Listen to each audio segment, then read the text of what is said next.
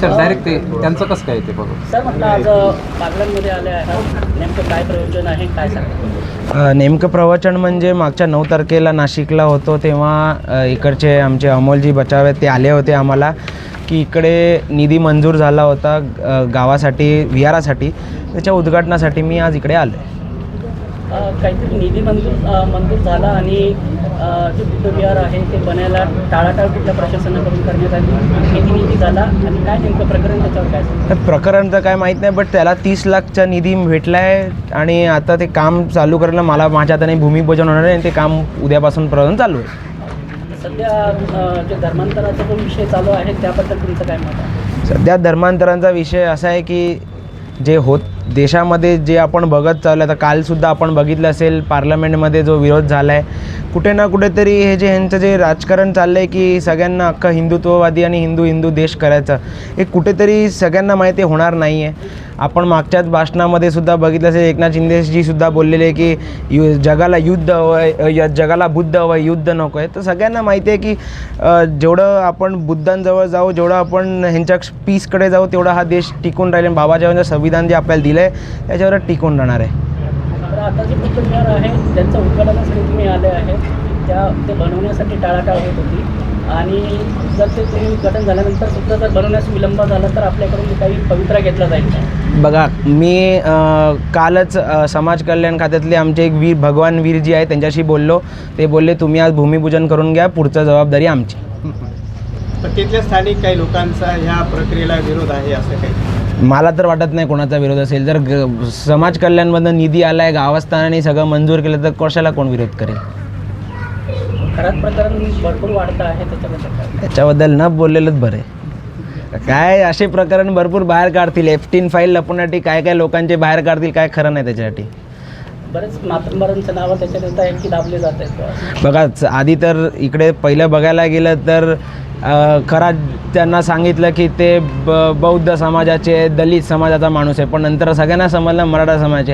हे कुठे ना कुठेतरी लोकांमध्ये आक्रोश निर्माण करायचा, ह्याच्यामध्ये धर्मामध्ये तेढ निर्माण करण्याचा प्रयत्न चालू आहे. हे सगळं कुठेतरी थांबायला पाहिजे. आणि कसं आहे, आपण सर्वांनी बघितलं असेल हे युद्ध चालू होतं, F-15 फाईल, त्याच्या F-15 फाईल आली म्हणून युद्ध चालू केलं.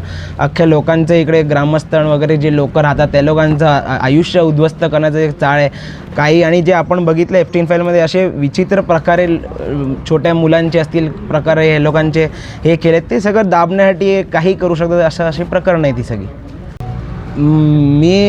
मी ज्या पिढीतला आहे त्या पिढीमध्ये माझ्या वयागटातली सगळी जी पोरं ती याच्यामध्ये खूप वाया गेले ते मलासुद्धा माहिती आहे. कुठेतरी आम्ही आता म्हणजे एक आंबेडकराईट म्हणून, एक आंबेडकरी घराण्यातलं म्हणून आम्ही तरी आणि मी सध्या तरी असा प्रयत्न करतो आणि आमचा रिपब्लिकन सेना असा प्रयत्न करते की जेवढं आपल्या समाजातले युवा पिढी आहे त्या लोकांना बाबासाहेब काय आहेत आणि डॉक्टर बाबासाहेब आंबेडकरांनी बौद्ध धम्म का स्वीकारला याची जाणीव करायचा आम्ही प्रयत्न करतो. आणि त्यातले जेवढी पोरं बाहेर येतील, जेवढी पोरांना त्या व्यसनातून बाहेर येण्याचा प्रयत्न काढण्याचा प्रयत्न आम्ही करू, तेवढा आम्ही करू. आता सरकार काय करत नाही, का करत नाही सरकारलाच माहिती, कारण सरकारना पाहिजे ते पिढी वाया जावी, मुलं वाया जावी. कारण जर लोक शिकायला लागली तर लोक प्रश्न विचारतील, म्हणून प्रश्न नको विचारू म्हणून लोक हे वाढत चालले देशामध्ये, महाराष्ट्रामध्ये. मला तर वाटतं की आता असं झालं आहे की सर्व लोकांना सोशल मीडियामुळे लोकांना रियालिटी लगेच समजायला लागली आहे. की आधी असं होतं की न्यूजपेपरमध्ये 4 दिवसांतर आलं की बातम्या समजायच्या, पण आता सोशल मीडियामुळे एवढं पॉवरफुल झालं आहे की तुम्हाला 10 मिनटामध्ये कुठे काय झालं लगेच समजतं. पण लोकांना पण आजकाल समजायला आलं आहे की हे लोक फक्त धर्मांच्या नावाखाली लोकांना एकीकडे वळवत आहेत, पण खरी रियालिटी वेगळी आहे. आमचं सरळ म्हणणं आहे की जो आत्ता अधिकार बाबासाहेबांनी रिझर्वेशनमध्ये दिले आहेत तोच रिझर्वेशन तुम्ही लोक तसं आहे तसं ते मंजूर ठेवा. 2023मध्ये पण जे मंजूर झालेलं त्याला आमचा पाठिंबा आहे. आता फक्त ते करण्याचा प्रयत्न म्हणजे काय, जिकडे पॉप्युलेशन जास्त आहे, जिकडे कमी आहे तिकडे दाबण्याचा प्रयत्न. त्याचा फटका साऊथ स्टेट्सना बसणार आहे. त्यांना जिकडे हरत आहे तिकडे त्यांना ते नकोच आहे.